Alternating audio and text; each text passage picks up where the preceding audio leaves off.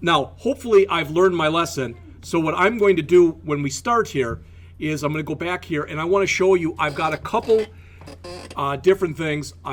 What I've done is in the folder that I put out there for you on the system, that's the user control that actually works. And I've got actually 4 different examples here of validations. For some reason, one of them doesn't work. I think it's val1.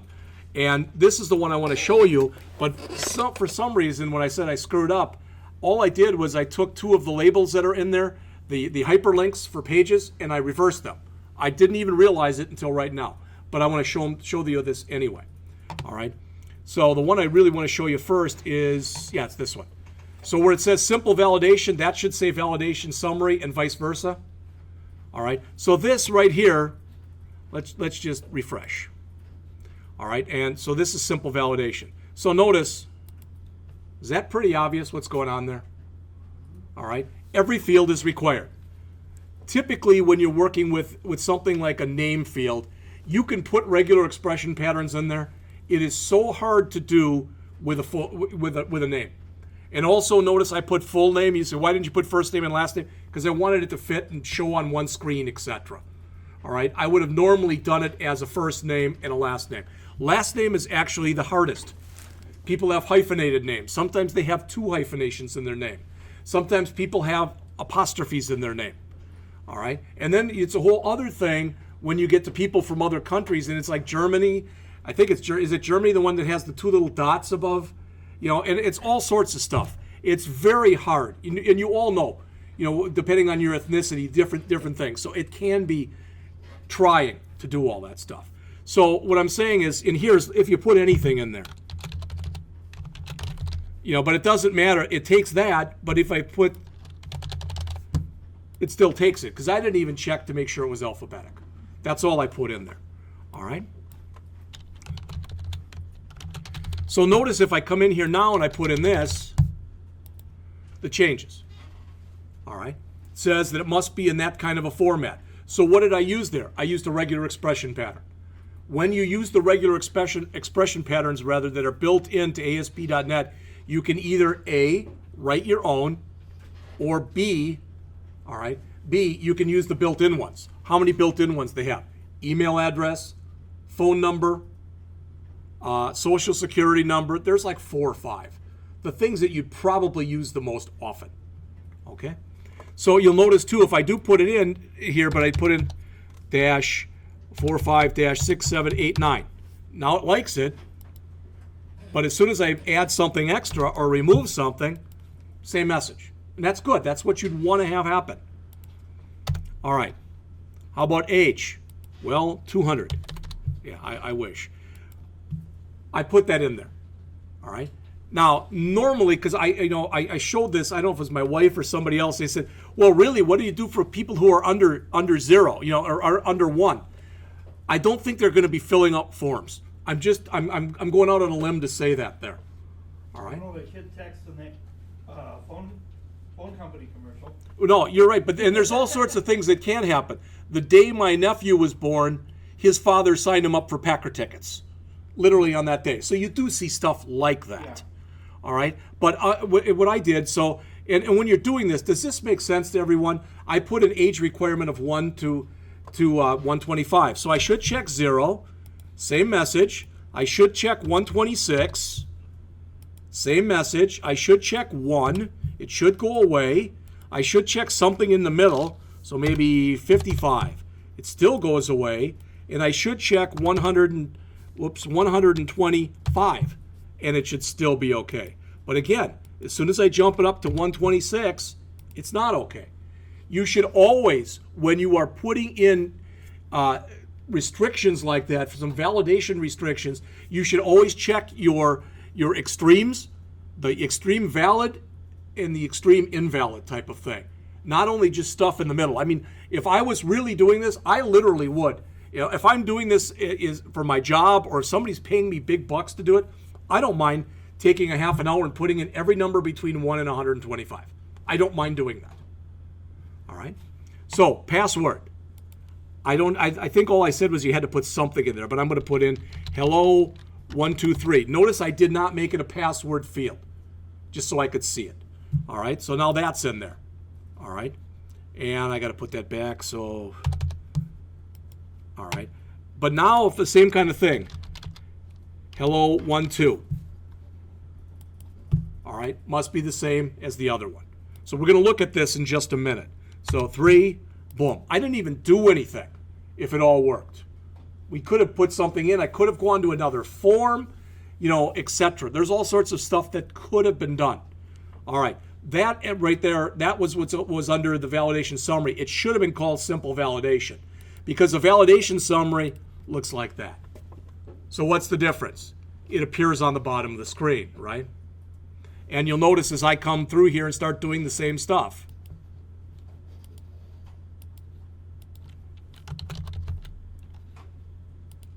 They start going away. Again, the error changes. Same error we saw before. Age, same kind of thing.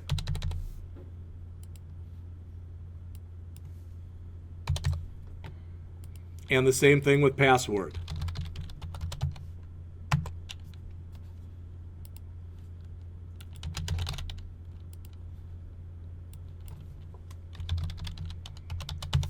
All right.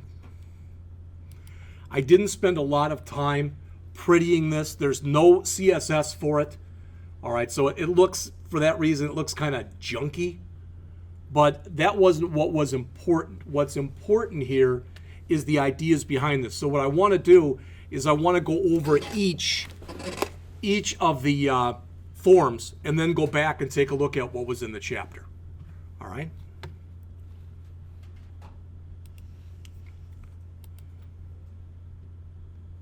This one, again, is called validation, the one that I just showed you that had both of them in there.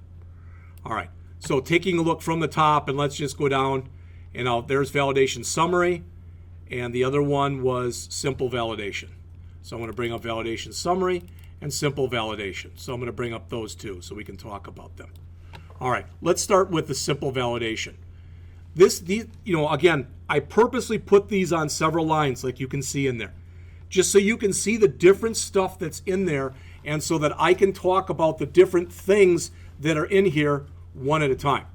All right, first thing, you can make your own case, and I would not even disagree with you. I broke some rules. You really shouldn't have inline CSS like that. It's not that it's a terrible thing. I'm only doing it for this particular page, but it still would have been much better to have had a global CSS file. I didn't, I should have. All right, with that said, this is my error class. You're oftentimes going to create an error class that looks something like this. The font weight's bold, the color is red, and I made the font size a little bit bigger. All right. Most of the rest of the stuff you can look at in here, it's just CSS. All right. Notice I said that the font site wide is 14 pixels, and then I made the error a little bit bigger at 16. Did I have to do that? No. Maybe you want to do it the other way. It really doesn't matter. All right. So I want to go through a few of these different things that are in here. All right. So this is simple validation. So this is the one that actually gives us the validation summary, not the one that's called validation summary, because again, I screwed up on that. All right. But notice a couple things. I want to go through the different attributes that are in here. So literally, I dragged out one of those required field validators. By default, when you create the first required field validator, it's called required field validator 1. All right, you never want to give them those names. All right, that's just poor. The biggest problem that people have that almost everybody forgets is this attribute right here. Just because you put a validator out there and you put it right next to a field, the system has no idea that that validator goes for that field. You have to set the control to validate field. You must do that. All right? This stuff I'm not even going to go over because we've gone over that before. This right here is what appears in that validation summary. Name is required. It should make sense to you that if let's say I have two different validation controls for the same control. So let's say H. I had a required field validator and I had a range validator. Does that make sense? It's a required field and it has to be between 1 and 125. If the required field, if I put something in there, anything, if I put something in there, the required field validator is not going to kick in. So it can be one of those or the other. It can't be both. It's not possible for it to be both. All right. This is that CSS class I just made. The display equals dynamic. What that means is basically only show it if it needs to be shown. In other words, when you have it static, it says always take up that amount of space, whether you're going to use it or not. And the text here, normally, if I'm not using a validation summary, if I don't have one of those, I put the actual text I want to show. So this, where it says error message, I typically put that under text. Okay? So hopefully that stuff made sense. Let's take a look at another one. That's just a required field, so that's set up the same way. But let's look at regular expression validator. Okay. And just because it's been a while since I've done this, I did these myself. So what did I say? This says begins with, ends with. So begins with, \D means digits, 3 digits, followed by a hyphen, followed by 2 digits, followed by a hyphen, followed by 4 digits. All right? I've kind of beat regular expressions to death with a lot of the stuff that we've had in different classes. I've given you websites where some of that stuff is. You know, if you're ever confused, just Google regular expression for social security number. You're going to find hundreds of hits. There's other ways this can be done. Literally, we could have done it, set it up as, if you don't want to do this, and I don't know why you'd want to do it like this, but if you really wanted to, you could say D hyphen, D hyphen, D. I don't know why you never want to do something like that, but you could, and there's even other ways that it can be done. All right, I'm going to make this a big talk on regular expressions. So what's different in there is just that one. It's the validation expression that's in there. All right. Other than that, ID, run at, control to validate, etc. Everything else we've already talked about.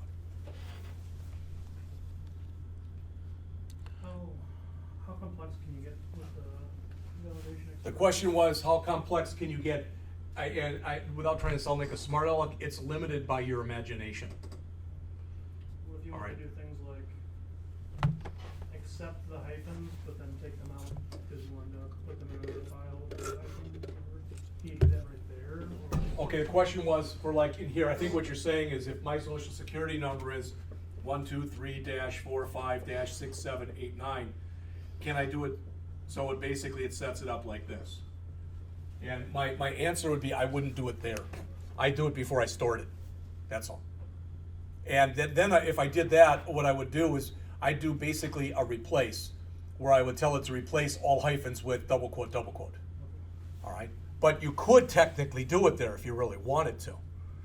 All right? And I think you've all gone through the Access class. If you remember in Access, you can work with masks and stuff. You can set it up like that in here too. That's a little more work, but you could do that too. All right. Again, I'm trying to tell you the stuff in here where you'll slip up. Range validator. Where you'll slip up here is this. It defaults to string. This gave me fits because when I did this one, I forgot about that one, and I couldn't understand why it was giving me such weird answers. And finally I did what I tell you all to do, is I walked away for about 15 minutes. I walked back and I said, geez, I wonder if it's defaulting to string. And sure enough, it defaulted to string. There are other properties in here. The only ones that you see on here are ones that have been set. All right, but as soon as you pull out one of those validators, you're going to see that you got a whole boatload of properties for each one. So that's the one that's in here, type, and then a minimum value and a maximum value. And for the type, I believe there's string, I think there's double, there's int, there might be float, I don't remember, and I know there's date. I know for sure there are those 4 types. String, int, double, and date. There might be other derivations of those. I don't know if I don't remember. Is there characters that would accept numbers and letters? You mean an alphanumeric? That would just be string. That would just be the default. Yeah. And again,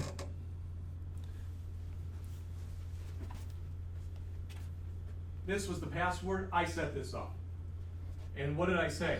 Well, I said it has to be between 8 and 16 characters, and it can be letters, it can be numbers, it can be an apostrophe, and I gave it those special characters.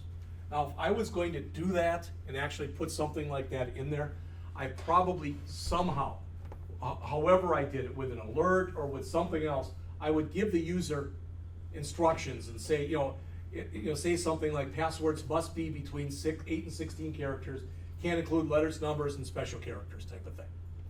All right. I didn't go to that extreme, but just so you get the idea. And then finally, the repeat password. Notice control to compare, all right, not the control to validate, that's this one, but the one to compare to. That doesn't have to be an actual control. That literally could be a number. So let's say that I wanted only people who worked in department 87. I could make that an 87 then, so you can do that.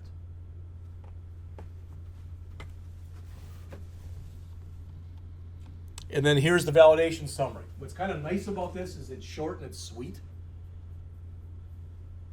Again, that class, setting it to error, that's what gave me the red and the bold. You may or may not have noticed all those fields were required. And if you looked along the side when I ran that, they all had red asterisks. That asterisk is what I put in there for the text property. But since I had them all, I set the class up for each one of those to see, or the CSS class to error. That's why we had all those. And many of these that are in here are the defaults, okay? Display mode, you saw it was a bullet list. Notice this, show message dialog equal false. If you set that to true, okay, then what you get is basically like a JavaScript alert box that has your errors in there. You can set one to true or one to false, or both to true or both to false. You can set them up any way you want. Somehow, if you're gonna put a validation summary, you better set it up so that the user can see it. And that was the text I put in, and I set the height. I just played with it a little bit. Not a whole heck of a lot, but a little bit. All right. And then just to show you the difference, if we look at the other one, so again, on this one that we just looked at, you'll notice that with all these, we've got an error message, and we've got a text property. All right, when I go to the other one, we've got an error message, but there is no text property. All right, so that it's going to display right to the right of it, because that's where I put the validator. All right, so again, I know we talked about these at the beginning of the semester, but these are your validation controls. There are 1, 2, 3, 4, 5. The validation summary is not known as a control. So I've tried to show you 4 of them. So you saw the compare validator, where we compared the password. The custom I'll talk about in a second. You saw the range for the age, all right, 1 to 125. You saw the regular expression with both the password and whatever else it was, I don't remember. And you saw the validation summary. So the only one I didn't talk about was this one. The custom validator is set up so that you can add your own code to it. All right. So people go, oh, well, that's so you can do custom things. No, that's the regular expression validator. The custom is if there's something quirky where you want to be able to add code to check something. That might be where you'd want to put something like that in. Where so you could accept them either with dashes or without dashes. Or even more than that, like a phone number. Some people put them in, the area code in parens, space. Some people put dashes, etc. So you could come up with different possibilities and program it like that in there if you wanted to do that. All right. So you now know, if you haven't heard me say this before, then shame on me. All input is evil. Just assume your input's going to be bad, whether the person's doing it on purpose or accidentally. All right, there are people in this room right now, you know who you are, that you might be where you're actually really thinking hard about the job front and what your next job's going to be. And if you go in and you interview and somebody asks you that, you don't have to go and harp on it, but I let them know that.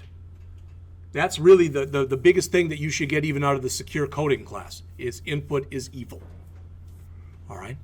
So what ASP.NET 4.5.1 has to offer you, you've seen some of that.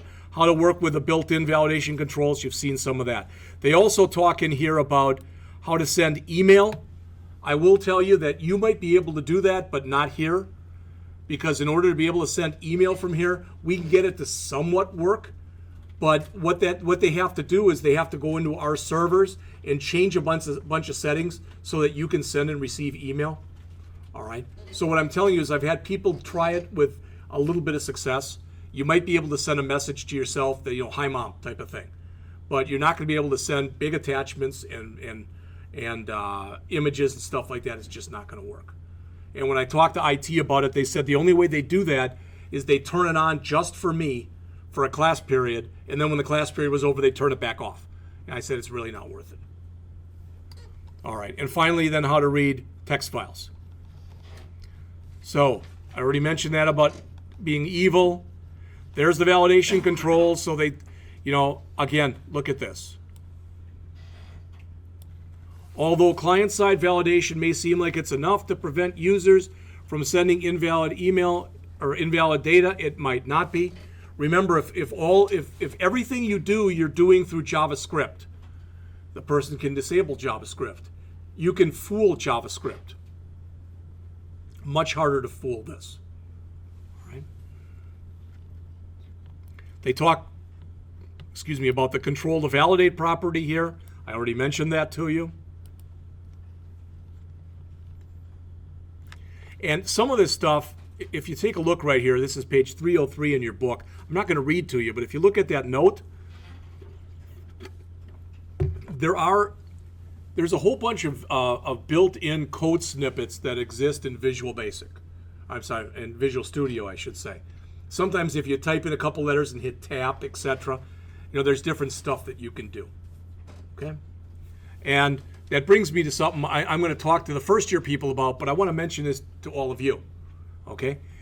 Out of curiosity, if you're building a website, I don't care what the class is, but if you're building a website, how many people here for your editor, how many people, for example, use Notepad++?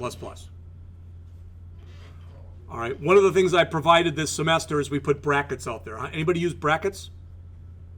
Okay, it's kind of a neat editor. It's very similar to Sublime Text, and I know at least some of you in here use that. Okay, the reason I'm telling you this, Mike, you may know about this. I don't know if you do or not.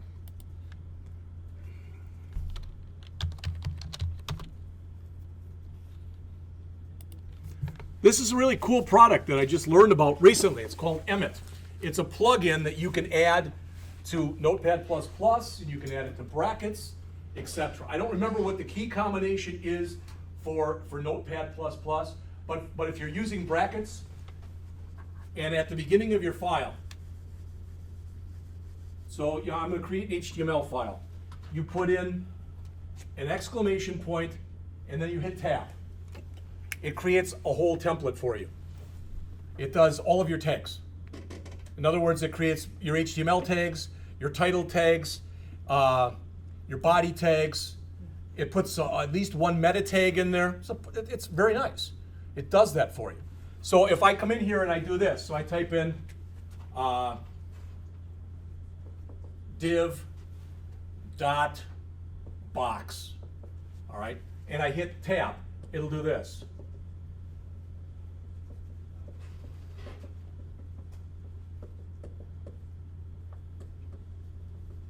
It's just a little bit of a shortcut. Yeah. I didn't even know it existed. I was watching, taking a free Udemy class, and the guy, he put a lesson about that in there. So I started watching it, and then I noticed when I went out to Udemy, I thought, well, I wonder if they have any classes on it. Same guy had a class, and it was free. So I went through the class on Saturday. All right? And I was going to print people out, but if you go out to here. You say, I'm watching the demo on my computer right now. Yeah, and it's fairly simple to use. If you click here where it says download, notice those are the editors that it supports. Now, it's not as easy with Notepad++. With Notepad++, it's like control. It's like 2 or 3 keys that you have to do instead of tab, because tab is already set up in that editor to do something else. I believe you can turn it off so you can turn this on, but I didn't go through how to do that. All right? but you can download it from basically any of this stuff. I went out to YouTube because that's what I typically do. I thought, oh, I'll watch a video on it. It wasn't very helpful because it's in French. All right, and that's one language I don't know anything about. Guy had a neat voice, but didn't help too much. All right. Do you use brackets? I've used brackets before, but I'm just so used to using Notepad++. You know, I want to start using it because I actually like it. All right. All right. So they talk about the required field validator. We just looked at that. They mentioned the different things that you might want to set with the required field validator. We've gone through these. But if you need to see them in a little bit more depth and breadth of coverage than I might have just given you, you can take a look at what's right there. All right? All right. Yeah, okay. Notice it says you can try out a live demo of this page. So if you go out to the author's site, he's got a whole bunch of this stuff out there. All right, especially if you're working on it. And, you know, remember, what's real nice about this? So if I go out to this, so I'm going to go out to that site right now. And what I'm saying right now, probably I shouldn't even be saying to you, but there it is. Remember, we've got our old friend, right mouse click, view page source. So I can always take a look in there. And I'm not saying I totally glean it, but I probably would, and then I'd start making my own changes to it. All right.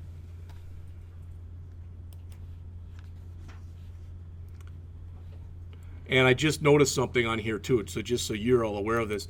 You really realized you've made it when you've got a favicon and it's your picture. That is Imar Spargens.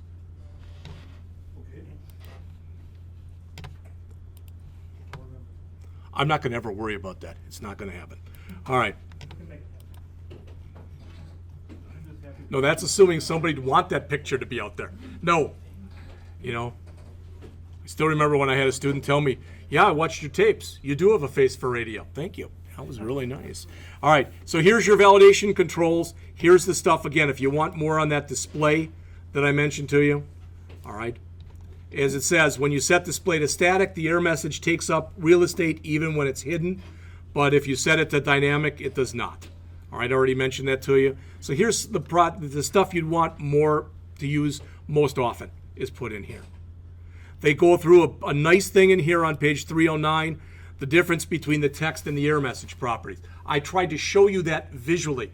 I thought it would make more sense. So I showed you how we set the text to the asterisk when we had a validation summary and we used error message. All right, and otherwise we just used error message when we didn't have a validation summary. That's what they talk about in here. The range validator, I showed you the minimum and the maximum, and I mentioned the type. All right, and here it says string, integer, double, date, and currency. So maybe there only are 4 or 5. Regular expressions we've talked about. Compare we talked about. All right. Same thing. Type is going to be the big one. You just forget to do it. All right.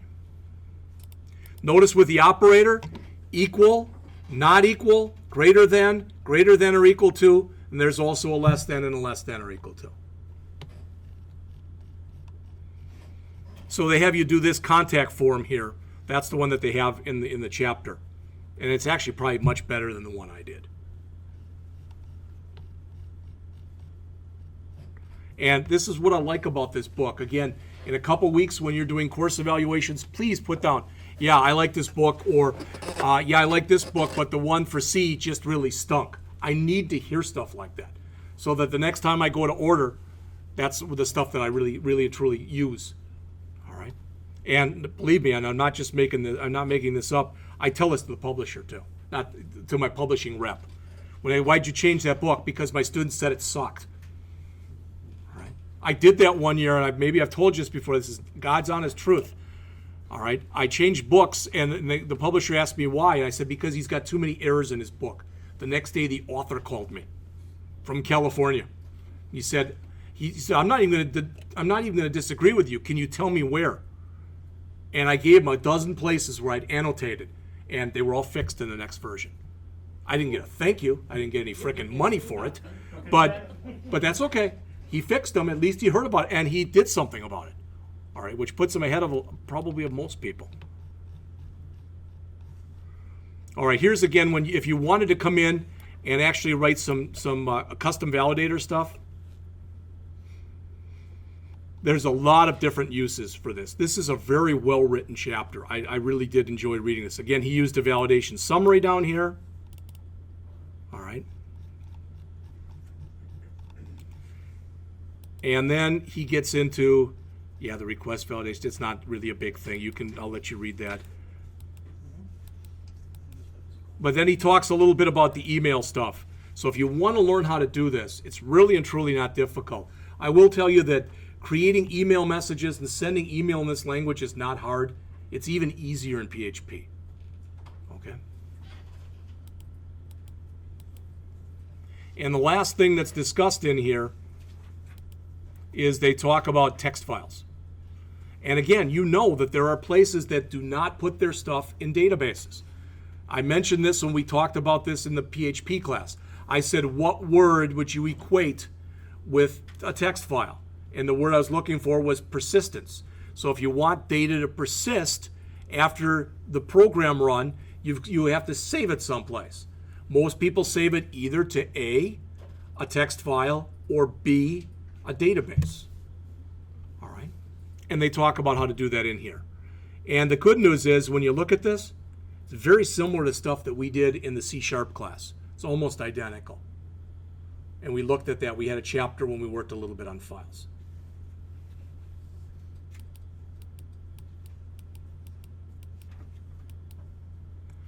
So they give you some good tips in here. I'm not going to read any of them to you. That's their way of saying all data, all input is evil. All right. But I did want to mention this. In the next class, so Thursday, we're going to go over Ajax. And I'm going to show you an example that I wrote. Again, it's a pretty simple one with Ajax. And when we get done with that, it's a 4-letter word that you thought was going away. You thought, oh my God, no, I never want to hear this word again. Oops, should have been 360.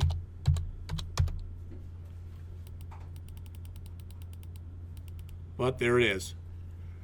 And I wrote some jQuery examples. And one of the things I did too, just so you know, just so you can see this, is, and I think you know this, if nothing else, I mean, I know Jim is a very, very thorough guy when he teaches, but you all know what jQuery.com is. I'm sure you all know that, all right? And you know about the API documentation. My guess is you went out to there too. And hopefully at least you went out to UI, or is it jQuery UI or UI jQuery? I think it's jQuery UI, UI.com, all right? All right, and then the other thing that I'm going to show you,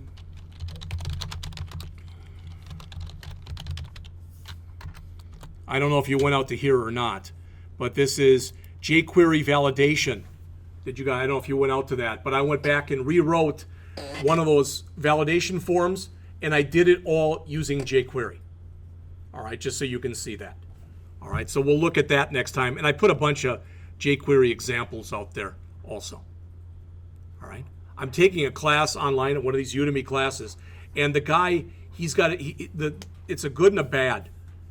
I don't know how I sound when I really don't when I'm lecturing, but this guy, if you heard him, he first of all, he's Hispanic, which is fine. But a lot of Hispanic people I know are very high energy. This guy is multi-high energy. And he speaks fast anyway. And when he's really revved up, I haven't had my coffee today. And his whole things are like that. But the thing is, his name is Edwin Diaz. And I'll just show you this. In fact, you can go out here, if you go out to edwindiaz.com/Udemy, this is his site. And I thought, boy, if there ever was a guy who looks like he sounds, that's him. All right? And if you go out there, and notice if I go out here, and here's his courses. And you'll notice, Emmett, free. Any of you can take that if you want. You don't have to sign up for Udemy. Just go out to Edwin Diaz, edwindiaz.com/Udemy. He's got that one. I don't know about the success. That's the thing, is every day is a blessing. You wake up, feel glad that you know, he does a lot of that. So you've been warned. All right. He's got an HTML and CSS for beginners. Some of these aren't cheap, as you can see. I've gone through his Bootstrap class. It's pretty good. All right, you can see in here. But one thing I'll say to you is, if you ever look at this and you go, wow, I really wanted to always learn CodeIgniter, join Udemy, because at least every other month they offer that $300 course for $10. They literally, that's how much they mark off. And I've taken a bunch of those that were over $400. I've taken them for $5. And what they've even started doing is, there's a couple people, they're like, pay me what you think the course is worth. So just for the hell of it, I put in $1 and it took it. I didn't even take the course yet, but it took my $1. All right. You know why they do that? Well, it brings people in. So that they see, well, 500 people took this, and when it's $400, they think 500 people paid $400. They're a factory. I mean, that's basically what they've done. And then speaking of it, just so you see this, Some of their courses are good, some of them really aren't. I agree with you. So I've got 2 different Udemy accounts, one for my home and one for work. But notice, top recommended courses, those are all free. And then they'll say, since you've searched here, and one of the ones that's in here, I don't remember which one it is, but they've been, it's, go do this one. I've already done it. They don't have a very good tracking mechanism. No. All right. Either. So I can go to my courses, and notice when I go to my courses, I don't know, even remember which account this is, but 181 courses I'm signed up for, and that's about the same on both. All right. I'll die before I finish all of them. But what's nice is with a lot of them, for instance, if I go in here and I go search here for Bootstrap, it says none. That's a lie. There's 6 of them right there. You see 100%. A bunch of them I've completed. Some of them I haven't even started yet. All right. But it's like I said, the sign up literally took seconds. The only time that they email me is when they want to tell me about deals on classes. All right, just another thing that you have at your disposal if you're interested. So again, the next class will be lab. I'll have all this stuff out there on the system within a few minutes. All right, that's all that I had.